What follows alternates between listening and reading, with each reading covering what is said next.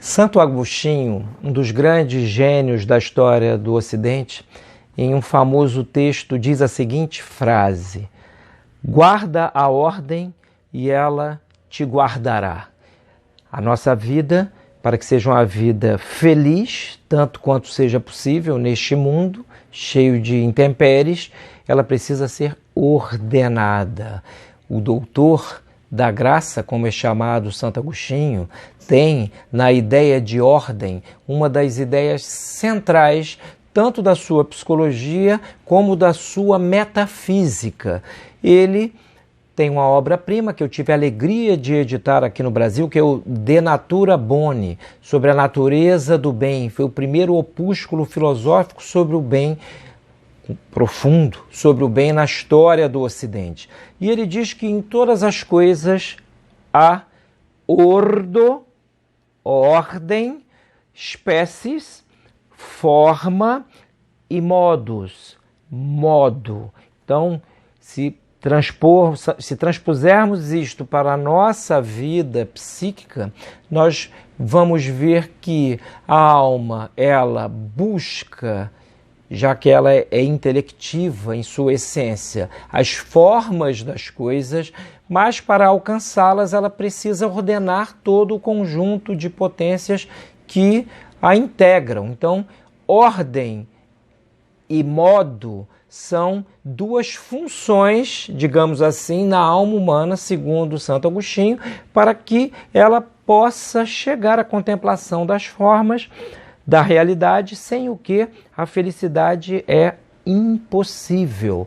Há um clássico deste grande gênio, que é o De Vita Beata, sobre a vida feliz, em que ele diz muitas coisas que são relevantes. Santo Agostinho foi um dos grandes psicólogos metafísicos do Ocidente, da história do Ocidente, e dentre as lições que nós podemos retirar desta e de outras obras, uma me parece importante destacar: sem ordem é impossível ser feliz.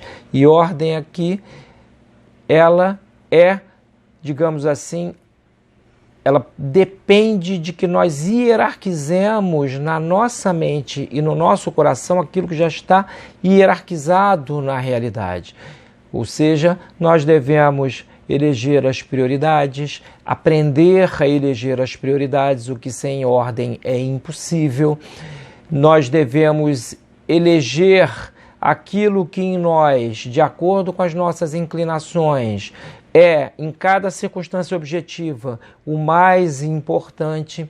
Então, Santo Agostinho, ao contrário do que muitos possam imaginar, não era um sujeito desvairado que estivesse com a cabeça no mundo da lua. Pelo contrário, ele tinha os olhos postos no céu, e a felicidade depende disto, porque esta hierarquia culmina em Deus, mas tinha os seus pezinhos no chão. Era um homem com pés no chão.